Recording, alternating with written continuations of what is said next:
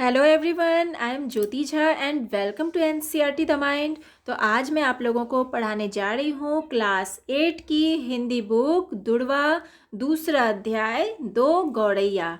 तो इसे पढ़ने से पहले अगर आपने मेरा चैनल सब्सक्राइब नहीं किया है तो आप सबसे पहले मेरे चैनल एनसीईआरटी द माइंड को सब्सक्राइब कीजिए, लाइक कीजिए और बेल आइकन ज़रूर प्रेस कर दीजिए ताकि एनसीईआरटी से रिलेटेड सारे वीडियोज़ आपके पास समय से पहुंचती रहे।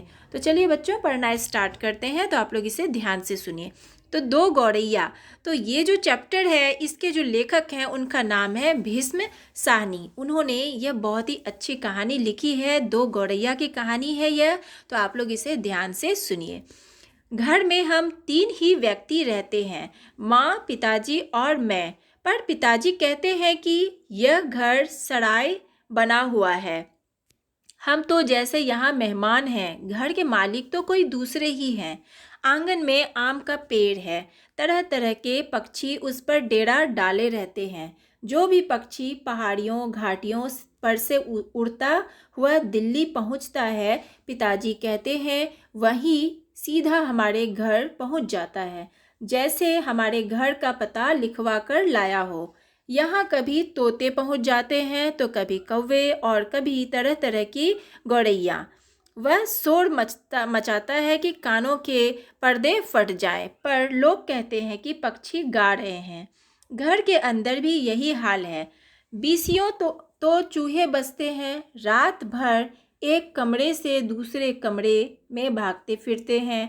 वह धमा चौकड़ी मचती है कि हम लोग ठीक तरह से सो भी नहीं पाते। बर्तन गिरते हैं, डिब्बे खुलते हैं, प्याले टूटते हैं। एक चूहा अंगीठी के पीछे बैठना पसंद करता है, शायद बूढ़ा है, उसे सर्दी बहुत लगती है। एक दूसरा है जिसे बाथरूम की टंकी पर चढ़कर बैठना पसंद है, उसे शायद गर्मी बहुत लगती है। बिल्ली हमारे घर में रहती तो नहीं, मगर घर उसे भी पसंद है और वह कभी कभी झांक जाती है। मन आया तो अंदर आकर दूध पी गई, ना मन आया तो बाहर से ही फिर आऊंगी कहकर चली जाती है। शाम पड़ते ही 2-3 चमगादड़ कमरों के आर पार पर फैलाए कसरत करने लगते हैं। घर में कबूतर भी है, दिन भर गुटरगू का संगीत सुनाई देता रहता है। इतने पर ही बस नहीं, घर में छिपकलियाँ भी हैं और बर्रे भी हैं और चींटियों की तो जैसे फौज की छावनी डाले हुए हैं। अब एक दिन दो गौरैया सीधी अंदर घुस आई और बिना पूछे उड़ उड़कर मकान देखने लगी। पिताजी कहने लगे कि मकान का निरीक्षण कर रही हैं कि उनके रहने योग्य है या नहीं। कभी वे किसी रोशनदान पर जा बैठती तो कभी खिड़की पर, फिर जैसे आई थी वैसे ही उड़ भी गई। पर 2 दिन बाद हमने क्या देखा कि बैठक की छत में लगे पंखे के गोले में उन्होंने अपना बिछावन बिछा लिया है और सामान भी ले आई हैं और मज़े से दोनों बैठी गाना गा रही हैं। जाहिर है उन्हें घर पसंद आ गया था। माँ और पिताजी दोनों सोफे पर बैठे उनकी ओर देखे जा रहे थे। थोड़ी देर बाद माँ सिर हिलाकर बोली, अब तो ये नहीं उड़ेंगी, पहले इन्हें उड़ा देते तो उड़ जाती, अब तो इन्होंने यहाँ घोंसला बना लिया है। इस पर पिताजी को गुस्सा आ गया। वह उठ खड़े हुए और बोले, देखता हूँ ये कैसे यहाँ रहती हैं। गौरैया, मेरे आगे क्या चीज़ है, मैं अभी निकाल बाहर करता हूँ। छोड़ो जी, चूहों को तो निकाल नहीं पाए, अब चिड़ियों को निकालोगे, माँ ने व्यंग से कहा। माँ कोई बात व्यंग में कहे तो पिताजी उबल पड़ते हैं। वह समझते हैं कि माँ उनका मजाक उड़ा रही है। वह फौरन उठ खड़े हुए और पंखे के नीचे जाकर जोर से ताली बजाई और मुंह से श शू कहा, बाहें झुलाई, फिर खड़े खड़े कूदने लगे। कभी बाहें झुलाते, कभी शौ शू करते। गौरैया ने घोंसले में से सिर निकालकर नीचे की ओर झांककर देखा और दोनों एक साथ ची ची करने लगी और माँ खिलखिलाकर हंसने लगी। पिताजी को गुस्सा आ गया, इसमें हंसने की क्या बात है। माँ को ऐसे मौक़ों पर हमेशा मजाक सूझता है। हंसकर बोली, चिड़िया एक दूसरी से पूछ रही है कि यह आदमी कौन है और नाच क्यों रहा है। तब पिताजी को और भी ज़्यादा गुस्सा आ गया और वह पहले से भी ज़्यादा ऊंचा कूदने लगे। गौरैया घोंसले में से निकालकर दूसरे पंखे के डंडे पर जा बैठी। उन्हें पिताजी का नाचना जैसे बहुत पसंद आ रहा था। माँ फिर हंसने लगी। ये निकलेंगी नहीं जी, अब इन्होंने अंडे दे दिए होंगे, निकलेंगी कैसे नहीं, पिताजी बोले और बाहर से लाठी उठा लाए। इसी बीच गौरैया फिर घोंसले में जा बैठी थी। उन्होंने लाठी ऊंची उठाकर पंखे के गोले को ठकोड़ा। ची ची करती गौरैया उड़कर पर्दे के डंडे पर जा बैठी। इतनी तकलीफ करने की क्या ज़रूरत थी, पंखा चला देते तो ये उड़ जाती, माँ ने हंसकर कहा। पिताजी लाठी उठाए, पर्दे के डंडे की ओर लपके। एक गौरैया उड़कर किचन के दरवाजे पर जा बैठी, दूसरी सीढ़ियों वाले दरवाजे पर। माँ फिर हंस दी। तुम तो बहुत समझदार हो जी। सभी दरवाजे खुले हैं और तुम गौरैया को बाहर निकाल रहे हो। एक दरवाज़ा खुला छोड़ो, बाकी दरवाजे बंद कर दो, तभी ये निकलेंगी। अब पिताजी ने मुझे झिड़क कर कहा, तू खड़ा क्या देख रहा है, जा दोनों दरवाजे बंद कर दे। मैंने भागकर दोनों दरवाजे बंद कर दिए, केवल किचन वाला दरवाज़ा खुला रहा। पिताजी ने फिर लाठी उठाई और गौरैया पर हमला बोल दिया। एक बार तो झूलती लाठी माँ के सिर पर लगते लगते बची। ची ची करती चिड़िया कभी एक जगह तो कभी दूसरी जगह जा बैठती। आखिर दोनों किचन की ओर खुलने वाले दरवाजे में से बाहर निकल गई। माँ तालियां बजाने लगी। पिताजी ने लाठी दीवार के साथ टिका कर रख दी और छाती फैलाए कुर्सी पर आ बैठे।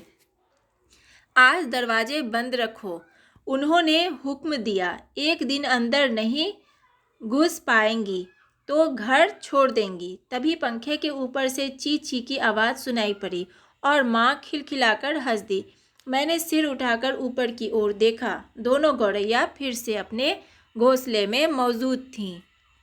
दरवाजे के नीचे से आ गई है, माँ बोली। मैंने दरवाजे के नीचे देखा। सचमुच दरवाज़ों के नीचे थोड़ी थोड़ी जगह खाली थी। पिताजी को फिर गुस्सा आ गया। माँ मदद तो करती नहीं थी, बैठी हंसे जा रही थी। अब तो पिताजी गौरैयों पर पिल पड़े।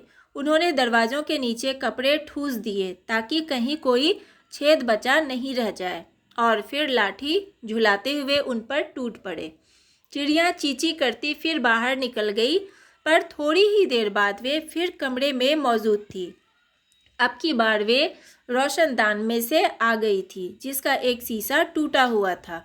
देखो जी, चिड़ियों को मत निकालो, माँ ने अब की बार गंभीरता से कहा। अब तो इन्होंने अंडे भी दे दिए होंगे, अब ये यहाँ से नहीं जाएंगी। क्या मतलब, मैं कालीन बर्बाद करवा दूँ, पिताजी बोले और कुर्सी पर चढ़कर रोशनदान में कपड़ा ठूस दिया और फिर लाठी झुलाकर एक बार फिर चिड़ियों को खदेड़ दिया। दोनों पिछले आंगन की दीवार पर जा बैठी। इतने में रात पड़ गई। हम खाना खाकर ऊपर जाकर सो गए। जाने से पहले मैंने आंगन में झांककर देखा, चिड़िया वहाँ पर नहीं थी। मैंने समझ लिया कि उन्हें अक्ल आ गई होंगी, अपनी हार मानकर किसी दूसरी जगह चली गई होंगी। दूसरे दिन इतवार था। जब हम लोग नीचे उतरकर आए तो वे फिर से मौजूद थीं और मज़े से बैठी मल्हार गा रही थी। पिताजी ने फिर लाठी उठा ली। उस दिन उन्हें गौरैयों को बाहर निकालने में बहुत देर लगी थी। देर नहीं लगी, अब तो रोज़ यही कुछ होने लगा। दिन में तो वे बाहर निकाल दी जाती, पर रात के वक्त जब हम सो रहे होते तो न जाने किस रास्ते से वे अंदर घुस आती। पिताजी परेशान हो उठे। आखिर कोई कहाँ तक लाठी झुला सकता है। पिताजी बार बार कहें, मैं हार मानने वाला आदमी नहीं हूँ, पर आखिर वह भी तंग आ गए थे। आखिर जब उनकी सहनशीलता चुक गई तो वह कहने लगे कि वह गौरैया का घोंसला नोच कर निकाल देंगे, और वह फौरन ही बाहर से एक स्टूल उठा लाए। घोंसला तोड़ना कठिन काम नहीं था। उन्होंने पंखे के नीचे फर्श पर स्टूल रखा और लाठी लेकर स्टूल पर चढ़ गए। किसी को सचमुच बाहर निकालना हो तो उसका घर तोड़ देना चाहिए, उन्होंने गुस्से से कहा। घोंसले में से अनेक तिनके बाहर की ओर लटक रहे थे। गौरैया ने सजावट के लिए मानो झालर टांग रखी हो। पिताजी ने लाठी का सिरा सूखी घास के तिनकों पर जमाया और दाईं ओर को खींचा। 2 तिनके घोंसले में से अलग हो गए और फड़फड़ाते हुए नीचे उतरने लगे। चलो 2 तिनके तो निकल गए, माँ हंसकर बोली। अब बाकी 2000 भी निकल जाएंगे। तभी मैंने बाहर आंगन की ओर देखा और मुझे दोनों गौरैया नजर आई। दोनों चुपचाप दीवार पर बैठी थी। इस बीच दोनों कुछ दुबला गई थी, कुछ काली पड़ गई थी। अब वे चहक भी नहीं रही थी। अब पिताजी लाठी का सिरा घास के तिनकों के ऊपर रखकर वहीं रखे घुमाने लगे। इससे घोंसले के लंबे लंबे तिनके लाठी के सिरे के साथ लिपटने लगे। वे लिपटते गए और घोंसला लाठी के इर्द गिर्द खींचता चला आने लगा। फिर वह खींच कर लाठी के सिरे के इर्द गिर्द लपेटा जाने लगा। सूखी घास और रुई के फाहे और धागे और थिगलियाँ लाठी के सिरे पर लिपटने लगी। तभी सहसा जोर की आवाज़ आई, ची ची ची ची। पिताजी के हाथ ठिठक गए। यह क्या गौरैया लौट आई है? मैंने झट से बाहर की ओर देखा। नहीं, दोनों गौरैया बाहर दीवार पर गुमसुम बैठी थी। ची ची ची ची फिर आवाज़ आई। मैंने ऊपर देखा। पंखे के गोले के ऊपर से नन्ही नन्ही गौरैया सिर निकाले नीचे की ओर देख रही थीं और ची ची किए जा रही थी। अभी भी पिताजी के हाथ में लाठी थी और उस पर लिपटा घोंसले का बहुत सा हिस्सा था। नन्ही नन्ही 2 गौरैया वे अभी भी झांके जा रही थी और ची ची करके मानो अपना परिचय दे रही थी। हम आ गई हैं, हमारे माँ बाप कहाँ हैं? मैं अवाक उनकी ओर देखता रहा। फिर मैंने देखा पिताजी स्टूल पर से नीचे उतर आए हैं और घोंसले के तिनकों में से लाठी निकालकर उन्होंने लाठी को एक ओर रख दिया है और चुपचाप कुर्सी पर आकर बैठ गए हैं। इस बीच माँ कुर्सी पर से उठी और सभी दरवाजे खोल दिए। नन्ही चिड़िया अभी भी हाँफ कर चिल्लाए जा रही थी और अपने माँ बाप को बुला रही थी।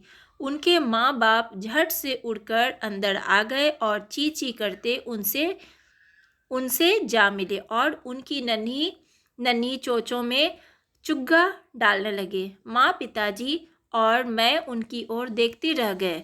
कमरे में फिर से शोर होने लगा था, पर अब की बार पिताजी उनकी ओर देख कर केवल मुस्कुराते रहे। तो बच्चों, ये था आपका चैप्टर। तो आपको पढ़ के कैसा लगा? ये बहुत ही अच्छी कहानी थी, तो आपको ज़रूर अच्छी लगी होगी। तो आप ज़रूर कमेंट करके बताइए कि आपको कैसा लगा, और इसके जो प्रश्न उत्तर हैं वो मैं आपको अगले वीडियो में बताऊंगी। तो अगर आपको मेरा पढ़ाना अच्छा लगा तो मेरे चैनल NCERT द माइंड को लाइक सब्सक्राइब ज़रूर कीजिएगा और पास में दी गई बेल आइकन भी प्रेस कर दीजिएगा ताकि मेरे सारे वीडियोज़ आपके पास समय से पहुंचती रहे। तो चलिए बच्चों, मिलते हैं अगले वीडियो में। तब तक के लिए bye, take care, thanks to watch my video.